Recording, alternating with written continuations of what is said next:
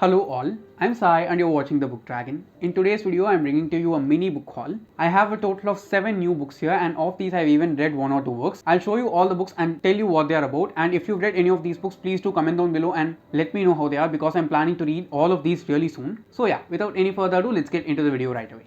So the first book is Book Lovers by Emily Henry, which is an adult contemporary romance, and it is also Emily Henry's latest release. I've read the past 2 books by this author, Beach Read and People We Meet on Vacation, and I loved both of those books very much. So here in this book we follow our main character Nora, who's in the publishing industry, and she has this dating history in which every guy whom she has dated has had her as the last girlfriend before they get married, and she doesn't want to keep on going in this cycle itself. At the same time, what also happens is that her younger sister gives her this offer to take a month's vacation from her job and go to the small town and spend some time there. What happens there is that she keeps on bumping into her rival from the industry called Charlie, and just like in every other Emily Henry book, here also she focuses on the past of the characters and the relationships that they have with their family. I've heard that especially the female main character in this one, Nora, has a really good relationship with her sister, and that's a main part of the book. I've not read that many sister sibling bonds so far, so I'm very much interested to see how it is written here, and I'm sure that Emily Henry would have done a really good job with the romance also. Some people even say that this is better than Beach Read and it is her best work so far. So because of all these reasons, I'm very much excited to read this one, and I'm sure that I'll be reading this by the end of June itself. So let's just wait and see.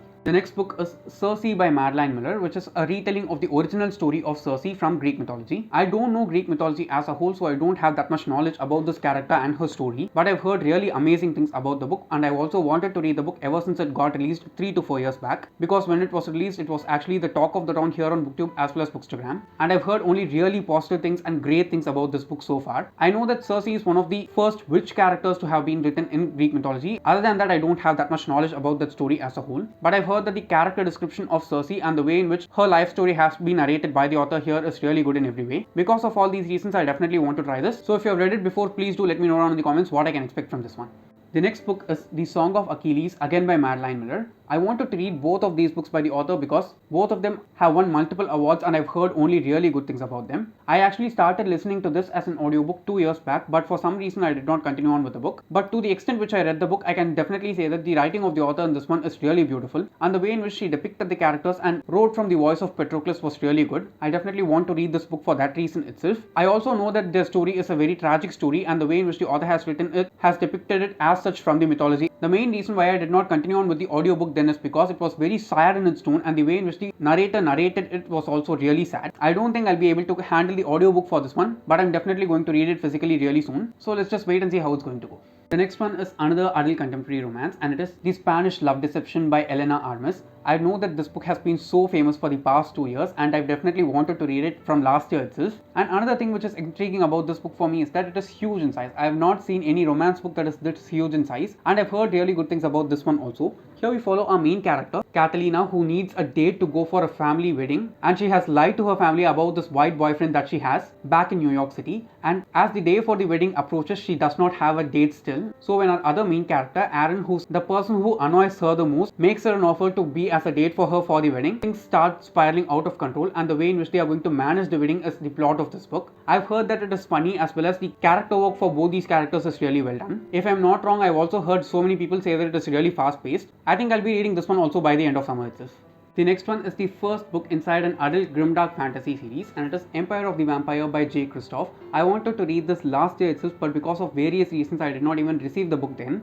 Finally, I received this April, and I'm definitely going to read this in the winter this year. I'm not going to read it now because I know that I'll not be able to enjoy the book with the heat that is there outside. Here we follow a world in which the last sunrise took place 30 years back, and for the past 3 decades, the world has been ruled by vampires, and they are creating their own empire by tearing down the empire of the humanity and enslaving them for themselves. So after 30 years, what happens is that there is one hope for human beings because of this person named Gabriel, and whether he'll be able to take down the vampires and bring back the glory of the humankind back or not is the plot of the entire series as a whole. I've heard mixed reviews for this one, but based on my experience from reading Nevernight by Kristoff, I have really high hopes for this one. It's also really huge, so I'm sure that the author has put in a lot of work for the world building, just as he has done in Nevernight also. I loved all the main characters inside Nevernight and the way in which he has plotted the series as a whole also. And because of that, I have really high expectations for this one, because the book is huge, and I'm sure that if the first book itself is this huge, the subsequent books in the series will also be huger. I'll be reading this sometime the second half of the year. Let's let's just wait and see. The next book is People We Meet on Vacation by Emily Henry. I've actually finished reading this book and that's why I'm including it at the end of the video. Here we follow our two main characters, Alex and Poppy, who have been best friends since college, and they have this tradition of going to a vacation each and every year by themselves alone and no one else. But for the past 2 years, because of some problems that happened in the vacation before 2 years, they have not gone together anywhere so far. Poppy is in kind of a plateau in her career and she wants this change of location. So she invites Alex and both of them go on to a vacation, and whether the problems that they have faced 2 years back get resolved now and their friendship gets back to normal or not is the plot of this book. The way in which the author has written both of our main characters in this one and the trauma that they have faced in their separate lives is really well written in this book, and the romance in this book is also really good in every way possible. I'll not say that it is as good as Beach Read, but it is definitely good in every way possible. This book actually saved me from a reading slump in May, and because of this book only I was able to continue on reading for the rest of May also. So if you are in a slump, please do give this a read. I'm sure that it will help you a lot.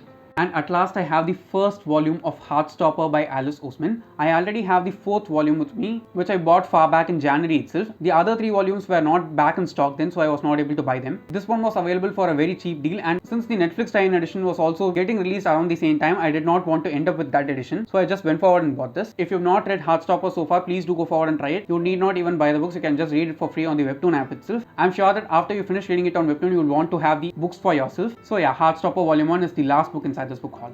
So yes guys, those are all the 7 books inside my mini book haul, and if you've read any of these books, please do let me know down in the comments how they are and what I can expect from them. And if you did enjoy watching today's video, don't forget to give it a thumbs up and also share it to your friends. If you want to get more content from me, do subscribe to the channel. Thanks for watching and have a great rest of your day.